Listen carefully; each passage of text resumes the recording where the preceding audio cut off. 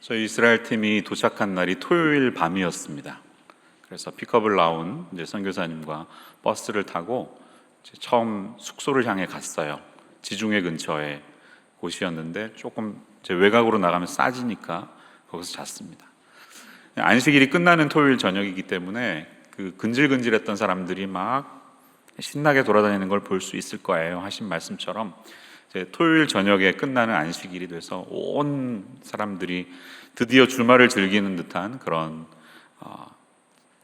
아주 화려한 모습들을 보았습니다. 그렇게 저희의 일정이 시작됐고요. 또 시계 방향으로 이스라엘을 돌기 시작했는데 수요일 정도에 이제 저희는 예루살렘에 들어가게 됐어요. 아마 3박을 했던 것 같아요. 근데 그러시더라고요. 안식일이 어떻게 지켜지는지 보시지 못했겠지만 이날만큼은 특별한 날이기 때문에 세상이 어떻게 달라지는지 보실 거예요 하시더라고요. 저희가 도착했던 그 수요일 목요일이 아마 7월 26일 경으로 기억하는데 정말 놀랐습니다. 평일이잖아요. 평일인데 그날은 특별한 날이었기 때문에 하루 종일 그 전날 저녁부터 다음날 저녁까지 24시간 모든 이스라엘 사람들이 회개하는 마음으로 금식하면서 어떤 오락도 하지 않고 그렇게 참회하면서 보내는 날이었습니다. 사진을 잠깐 한번 보여드릴게요. 저희가 머물렀던 곳은 서울로 치면 명동이라고 할 수 있는데 걸어서 한 15분, 20분 가면 그 올드시리 예루살렘 성벽에 갈 수 있을 만큼의 거리예요. 중간에 전체가 다니는 거리인데 그날 저녁은 정말 듣던 대로 저녁이 되고 해가 지고 나자 갑자기 휑해졌습니다. 아무도 없는 것이요. 사람들이 전혀 없는 곳이었어요. 야, 이게 어떻게 된 일인가? 선교사님의 설명은 이것이에요. 잠깐 사진 빼셔도 됩니다. 이날은 티샤바브라는 날인데요. 그 뜻은 아브월 9일이라는 뜻입니다.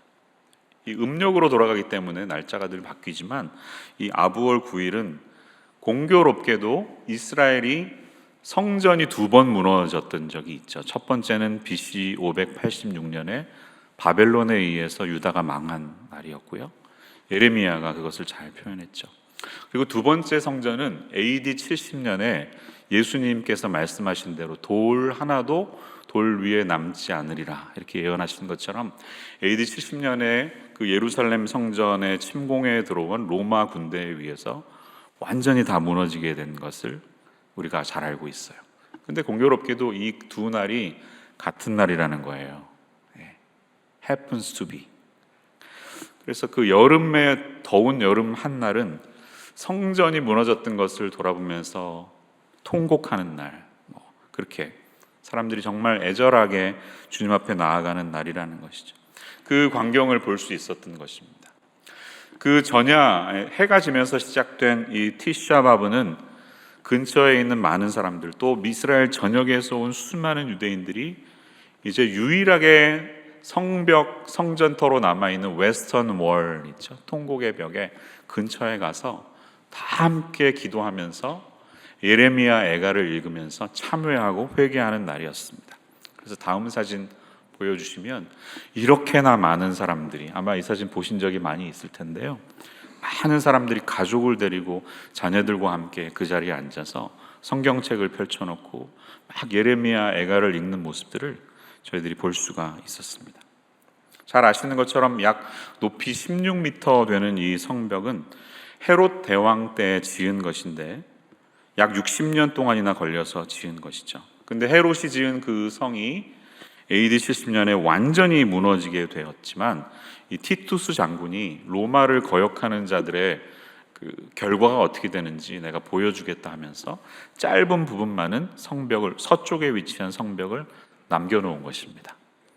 그래서 유대인들에게는 사라져버린 성전, 유대교는 성전을 중심으로 돌아가는 종교가 아닙니까? 근데 자신들의 센터피스가 사라졌다는 그 아픔 속에서 유일하게 남은 그 흔적을 향한 이들의 마음은 미처 우리가 다 이해할 수 없는 것입니다.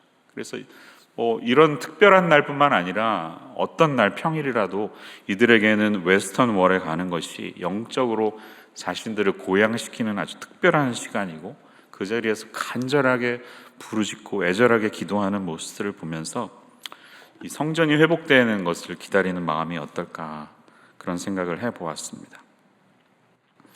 제가 관심이 있었던 곳은 예루살렘의 동쪽에 위치한 동문이었습니다. 제가 몇 번 설교한 적이 있는데 동문은 굳게 닫혀 있었습니다.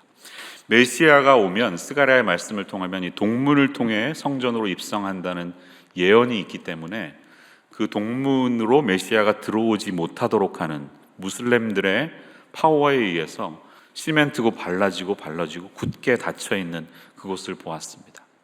유대인들은 메시아가 오는 그 시간에 우리도 함께 부활할 것을 꿈꾼다 해서 유대인들이 죽으면 제일 값비싼 묘지 자리가 좋은 곳은 바로 예루살렘 동쪽에 위치한 감람산 근처의 묘지인 것이고요.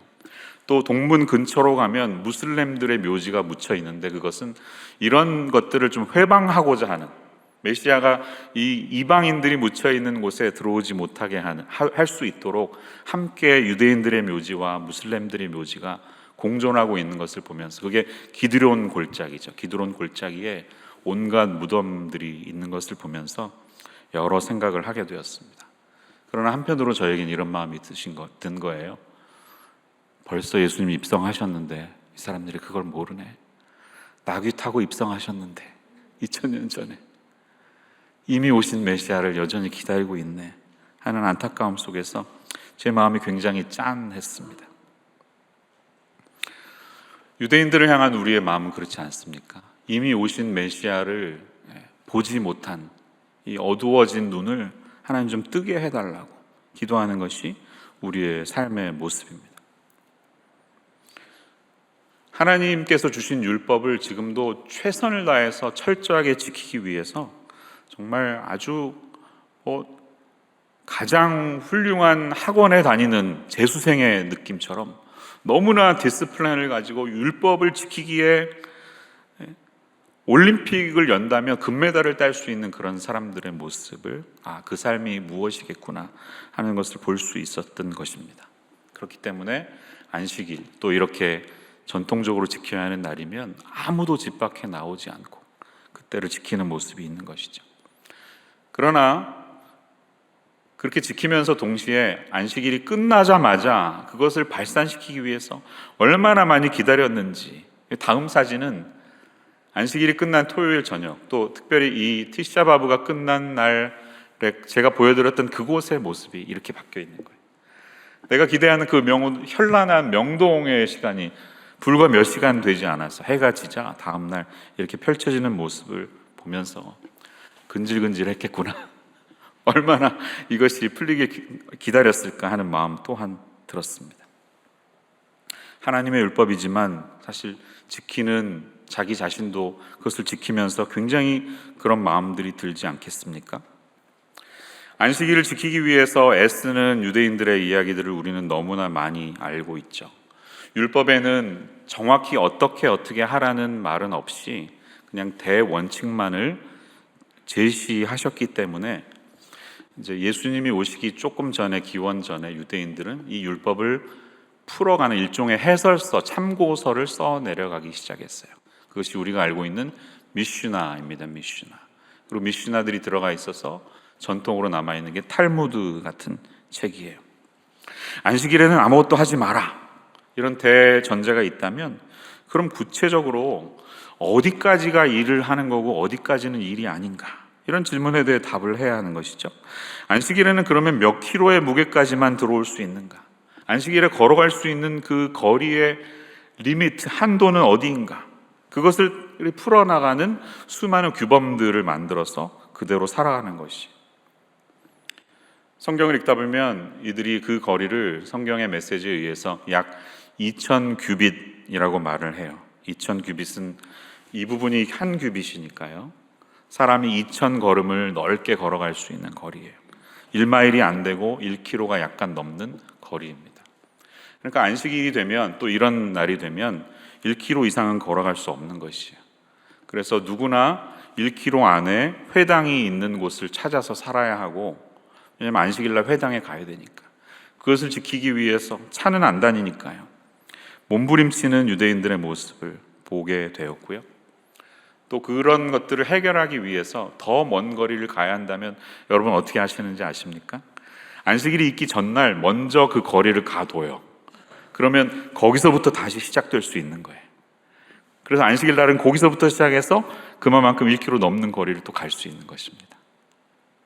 재밌지 않으십니까? 누가 어떻게 해석한 것인지 모르겠어요. 이 외에도 안식일 날이 됐는데 토스트 빵을 구워 먹을 수 있는 토스터가 다 사라져 있는 것을 발견했어요. 왜냐하면 안식일에는 절대로 불을 떼면 안 된다는 말씀이 있잖아요. 그래서 어떤 종류의 토스팅, 로스팅, 베이킹 아무것도 허락이 되지 않는 것입니다. 그것을 지키기 위해서 몸부림치는, 그래서 저희들은 그날만 좀 차가운 빵을 먹어야 하는 일도 보게 되었어요. 그 미시나에 보면 안식일에 하지 말아야 할 39가지의 금지 조항들이 있는데 여러 가지들을 망라하고 이야기하면서 운전에 대해서 나오는 것도 있습니다. 그래서 이제 현대 율법학자들이 풀어간 것이죠. 안식일에는 불을 피우거나 끌 수 없다. 근데 운전도 잘 생각해 보면 자동차 엔진에 스파크를 일으켜서 연료를 태워야 하는 것이기 때문에 불 피우기에 해당된다는 것이에요. 그래서 안식일은 무조건 걸어야 하는 것입니다. 자동차 차량을 탈 수가 없어요. 그런 모습을 보면서 이것이 정말 안식일을 지키며 살아가는 분들의 모습이구나 하는 것을 보게 되었는데요. 한편으로는 또 그런 생각을 했습니다. 안식일에 무엇을 합니까? 했더니 하나님 말씀처럼 이틀치를 먹을 수 있는 음식을 미리 준비해 놓고 그것을 서서하게 슬로우 쿠커에다가 올려놓고 먹는다는 것이죠. 근데 어떠한 종류의 오락도 허락이 안 되고 인터넷, TV, 심지어는 전화도 불 들어오는 것이기 때문에 허락이 안 되는 그들은 가족들과만 보낼 수 있는 시간인 것입니다. 그 가족들이 함께 영적인 펠로우십을 누리면서 그 안식일을 누리는 것이 한편으로는 율법에 갇혀있는 모습이지만 또 다른 면으로는 얼마나 이분들이 많은 영적인 충전을 얻을까, 그런 생각을 또한 동시에 하게 됐습니다. 그래서 이것을 신약의 율법을 극복한 복음의 시대를 살아가는 우리이지만 오늘 우리의 안식일을 보면 얼마나 안식일이 겉으로만 지켜지는 것인지, 사실 안식일이 제일 바쁘신 분들도 얼마나 많이 있습니까? 이 문제를 어떻게 풀어가면 좋을까 하는 목회적인 고민을 가지고 돌아왔습니다. 가족끼리 일주일에 단 한 끼조차도 식사할 수 없는 그런 분주함 속에 살아가는 이 실리콘밸리에서 오직 효율과 효용성만을 요구하는 그런 직장 문화 앞에서 그런 세상 거칠게 거슬러 올라오는 세속의 문화를 거부하면서 하나님의 말씀을 지켜내면서 살아가는 것은 무엇일까, 이런 고민을 하게 되었습니다. 맥도날드 사진 하나 찍어봤는데요. 맥도날드에도 코셔라고 써있죠. 코셔 맥도날드 드셔보셨어요? 이렇게 철저하게 하나님의 말씀을 지켜내려고 하는 이스라엘입니다. 여러분, 그동안 우리는 율법에 갇혀서 완전히 맹인처럼 진리를 보지 못한 이스라엘을 향한 어떻게 보면 일종의 비난과 역지사지의 마음을 설교를 통해 많이 들었다면, 저는 이번 이스라엘 방문을 통해서 하나님의 마음을 조금은 더 품을 수 있었던 것 같습니다. 그것은 무엇이냐 하면 예수님이 걸으셨던, 모세가 걸었던, 아브라함이 걸었던 이 땅을 하나님은 여전히 사랑하시고 이 땅을 위해 그분의 마음속에 품고 계신다는 마음이 절절하게 들었습니다. 그것이 저에게 주신 주님의 마음이에요.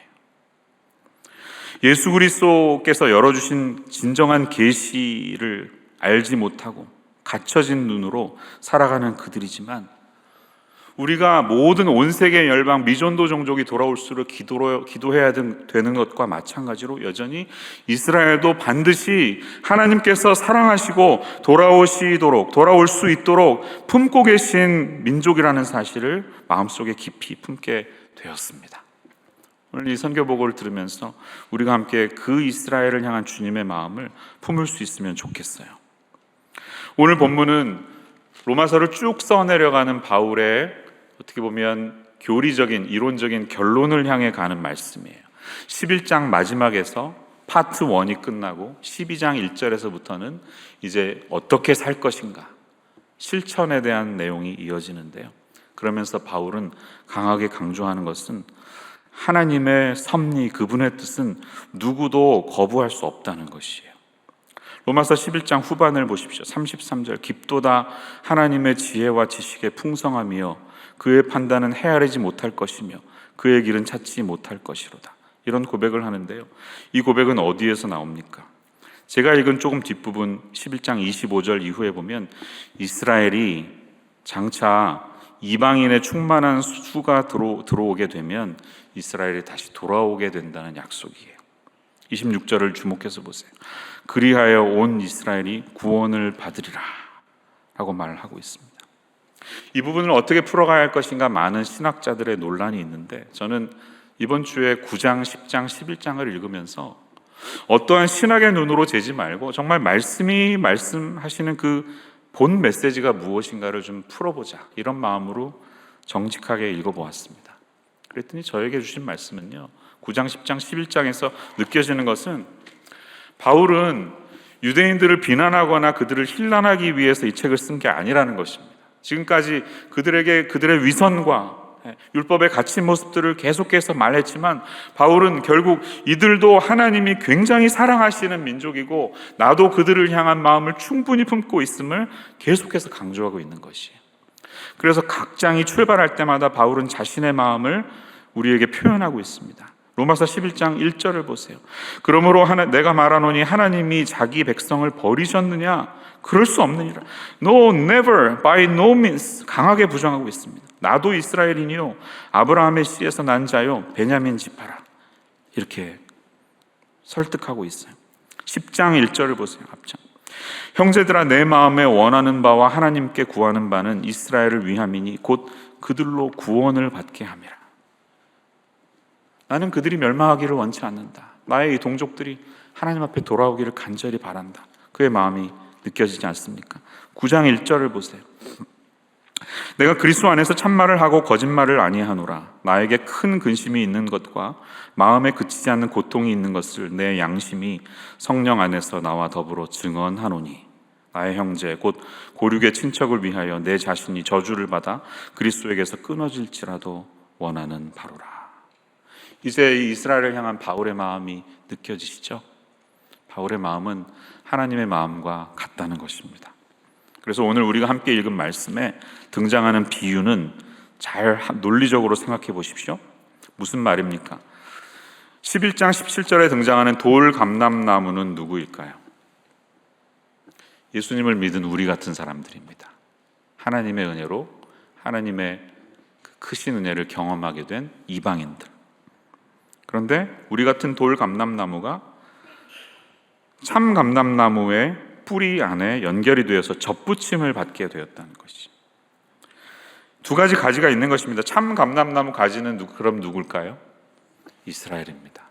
하나님의 은혜와 아브라함을 선택하셔서 그들을 온 인류를 구원하기 위한 하나님의 샘플로 택하심을 받았던 아브라함을 향한 주님의 마음이 그렇다는 것이. 근데 문제가 뭐예요? 꺾였대요. 가지가 꺾였대요. 심은 자의 뿌리의 마음을 알지 못하고 거부해버렸어. 그런데 우리 같은 사람들이 그 참 감람나무에 연결이 되어서 하나님의 진액을 함께 받고 있다는 것이에요. 저와 여러분은 어떻습니까? 이스라엘을 어떤 시선으로 바라봅니까? 아까 간증에서도 등장했듯이 여러 보도를 통해 보는 것은 백린탄을 막 쏘아대는 그 잔인함, 그런 것들이 우리 마음속에 있죠.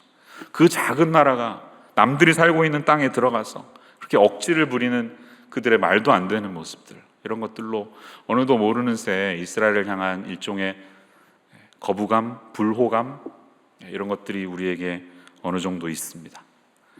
유럽 히스토리를 보면 그런 엔티세메티즘이라고 그러죠. 반유대주의의 흐름 속에서 그런 여러 가지들이 문학 작품을 통해 드러나기도 하고, 그래서 베니스의 상인 같은 작품이 나오기도 했고, 그로 말미암아 궁극적으로는 히틀러의 학살과 탄압이 있었던 것을 봅니다.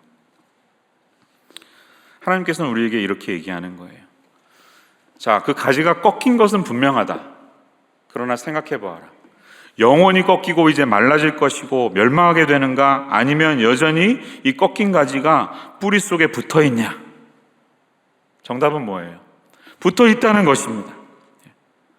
그래서 돌감람나무, 원래는 아무런 열매를 맺을 수 없었던 올리브 추리 같은 우리 같은 사람들이 거기에 붙어서 이 하나님의 은혜를 경험할 수 있는 것을 통해 자랑하지 말라, 이렇게 말하고 있어요. 18절 보세요. 그 가지들을 향하여 자랑하지 말라. 자랑할지라도 내가 뿌리를 보전하는 것이 아니요 뿌리가 너를 보전하는 것이니라. 이 말씀을 우리가 붙들 수 있어야 합니다. 우리가 어떻게 이 예수 그리스도의 은혜 가운데 담긴 진리를 경험할 수 있었습니까? 뿌리이신 하나님으로부터 은혜를 공급받았기 때문이 아니겠습니까?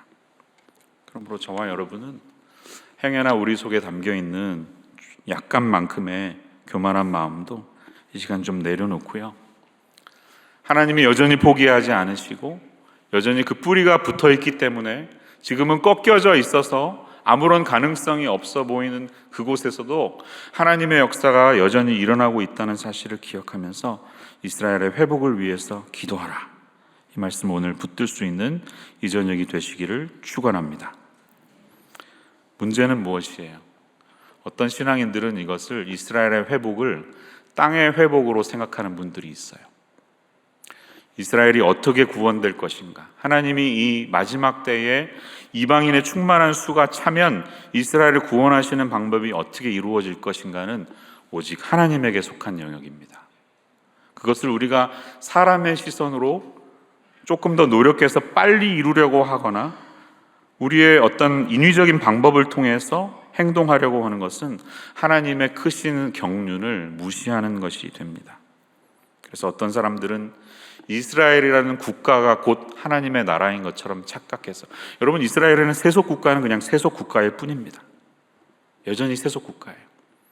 그러나 그 민족을 향한 주님의 마음, 하나님의 마음이 있음을 기억하면서 일방적인 보호, 이스라엘을 향한 일방적인 어떤 우리의 지지가 아니라, 또 실제로 그 무너진 성전, 지금은 그 이슬람 사원이 세워져 있죠. 성전, 도움 오브 락이 세워진 곳에 실제로 성전을 세워야 하는 것처럼 영적인 회복, 영적인 구원이 아니라 땅의 회복이 다시 일어나야 되는 것처럼 착각하는 것들은 버릴 수 있어야 합니다. 그런 것들은 시온주의에 빠진다든지 백투 예루살렘 같은 잘못된 시각으로 성경을 바라보는 우리의 한계가 될 수 있다는 것이에요. 이미 메시아는 그 땅 가운데 임하셨고 그들이 가지가 꺾여 있었던 그 레슨이 우리에게 주어졌지만, 이 예수 그리스도가 자신들의 메시아라는 사실을 아주 적은 사람들이지만 2%도 아랍인들이 더 많다고 그랬죠. 정말 작은 메시아닉 주이시들과 함께 예배드리면서 마치 그런 마음이, 원조 해장국집이 망한 것처럼 보이는 거예요. 그 길거리에 새로 생긴 식당이 훨씬 더 깨끗하고 장사가 잘 돼 보여요. 그렇지만 원조 해장국집에도 국물 맛이 아직 살아있구나, 이 원조 해장국집이 죽지 않았구나, 그런 마음을 경험하게 되었습니다. 그게 하나님의 마음인 것 같아요. 그래서 우리 함께 이 땅을 포기하지 않고 근거 없는 자만심을 가지고 불호의 마음을 전하는 것이 아니라 하나님의 마음으로, 아까 바울이 보여줬던 마음 있죠. 그 마음을 저희들도 품을 수 있는 이 저녁이 되시기를 주님의 이름으로 축원합니다. 함께 기도하겠습니다.